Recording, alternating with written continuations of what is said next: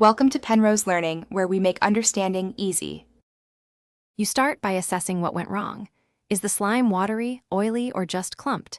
If it's watery, you'll need thickening agents. If oily, absorbents. Combine contact lens solution and baking soda in a bowl. These activate polymers to reconnect the base. Once done, add a small pinch of baking soda to the melted slime and stir slowly with a spoon to distribute it. Make sure to keep a spray bottle of water nearby to adjust moisture. This prevents overshrinking as you begin the fix. Now you focus on rebinding the polymer network.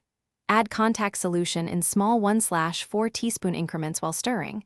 The borate ions rebuild crosslinks, which is why gradual addition matters.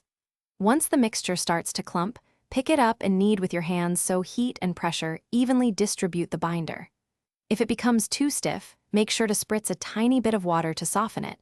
If it's greasy, work in a pinch of baking soda or cornstarch to absorb oils. Then continue to knead until cohesive. Finish by stretching and folding the slime for 3 to 5 minutes to align polymers and restore elasticity.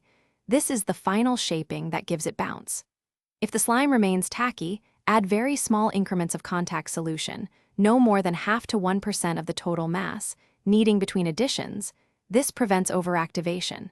If problems persist, use cornstarch for grease or a pea-size amount of lotion for brittleness. If it fails entirely, start fresh with the preserved base and transfer.